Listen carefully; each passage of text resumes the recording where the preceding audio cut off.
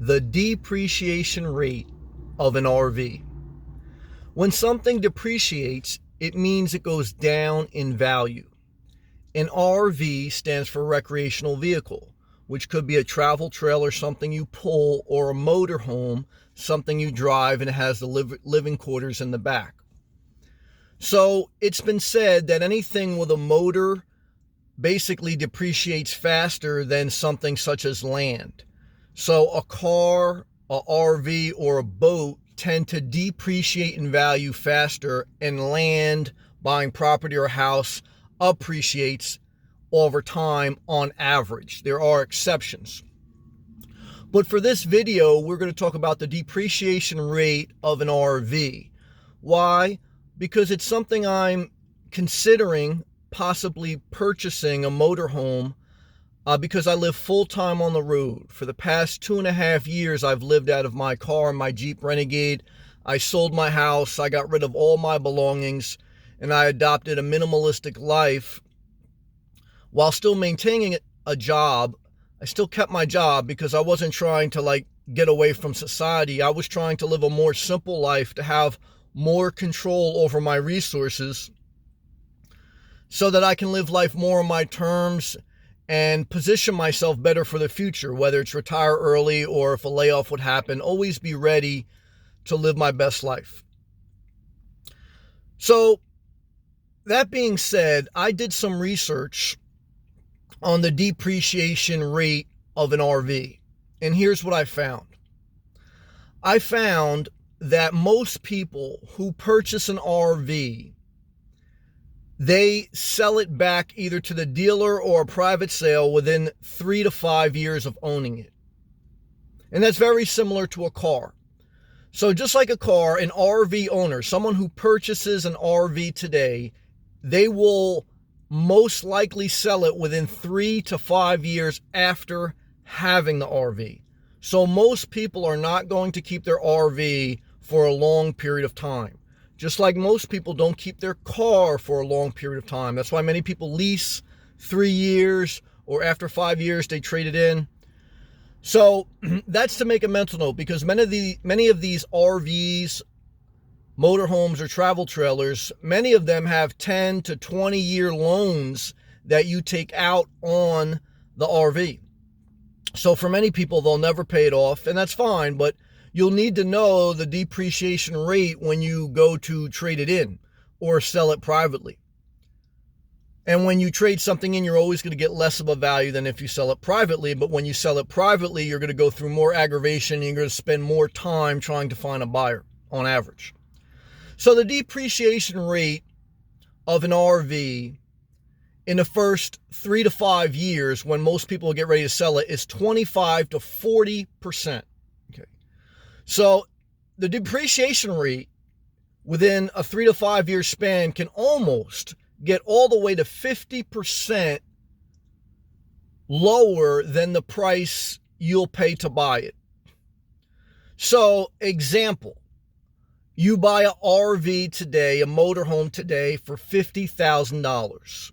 5 years ahead, 5 years from now, you go to sell it, and you will get approximately $25,000. Now, you may get less, you may get more. But on the spectrum of, a worst case scenario or something like that, I would say that's statistically the average. So you're certainly not in 5 years going to pay off, if you got a loan for $50,000, you're not going to pay off in 5 years $25,000. Most people won't. They'll just pay the monthly bill, which will be over the course of 20 years. Because if you're purchasing something at $50,000, most people are going to get a 10 or 20 year loan. So you'll just have to be mindful that in many times in 5 years from now or less, if you go to sell it, you may lose up to 50% value of the RV, and you may have to come out of your pocket to cover the gap between how much the dealer or private seller wants to give you for the RV versus how much you owe it. So example, in 5 years, if you still owe $40,000 on the RV, and the dealer or the private buyer only wants to give you $25,000, then you have to come out of your pocket $15,000, or else you can't transfer the title and sell the RV. So you always have to think about the exit strategy, okay? So why? Because in life, it's not just about how you can get into something, it's how you can get out of something. That's how you stay flexible. That's how you stay having control over your resources. And that's why I made it a point to articulate that I got into this simplified life because I wanted to have control over more of my resources. When I lost weight, I wanted more control over my ability to move physically. So you have to know the information. You have to know the nutritional value of the food label. You have to know the financial statistics of the average buy and sell process of an RV and its depreciating rate and what you can expect on average.